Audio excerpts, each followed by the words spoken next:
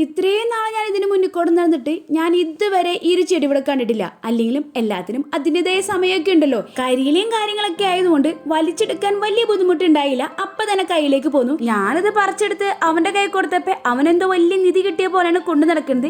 ശരിക്കും നമ്മുടെ ചെടി പ്രേമികൾക്ക് ഇതൊരു നിധിയൊക്കെ തന്നെയാണല്ലേ. കാണുമ്പോ സംഭവം ഒരു ചേമ്പിലൊക്കെ പോലെ തോന്നെങ്കിലും ഇത് നമ്മുടെ പ്ലാൻ ലവേഴ്സിന് ഏറ്റവും പ്രിയപ്പെട്ട ആ അലോക്കേഷ എഴുതപ്പെട്ട ഒരു ചെടിയൊക്കെ തന്നെയാണ്. ഒരുപാട് ആഗ്രഹിച്ച് നടന്നുകൊണ്ടാന്ന് തോന്നുന്നു എനിക്ക് ചെറിയ പ്ലാന്റ് ആണ് കിട്ടിയത്. അതിൽ ഞാൻ എന്തായാലും ഹാപ്പിയാണ്. കാരണം എനിക്ക് ചട്ടിയിൽ നടണമെങ്കിൽ ചെറിയ പ്ലാന്റ് അല്ലേ പറ്റുള്ളൂ. ഞാനിത് നടണ സമയത്ത് എന്റെ ചേട്ടൻ വന്ന് ചോദിച്ച് ഇത് നമ്മുടെ കാട്ടുചേമ്പല്ലേ, ഇതൊക്കെ നീ നടണോന്ന്.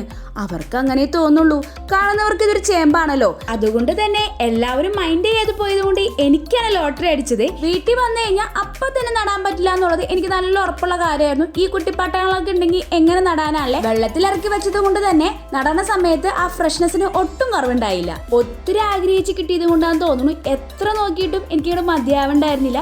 പ്രത്യേകിച്ച് അതിന്റെ ഇലകളെ കാണാൻ ഒരു പ്രത്യേക ഭംഗിയൊക്കെ തന്നെയാണല്ലേ. എന്തായാലും ഞാൻ നല്ല ഹാപ്പിയായി. അപ്പൊ ഓക്കെ, ബൈ.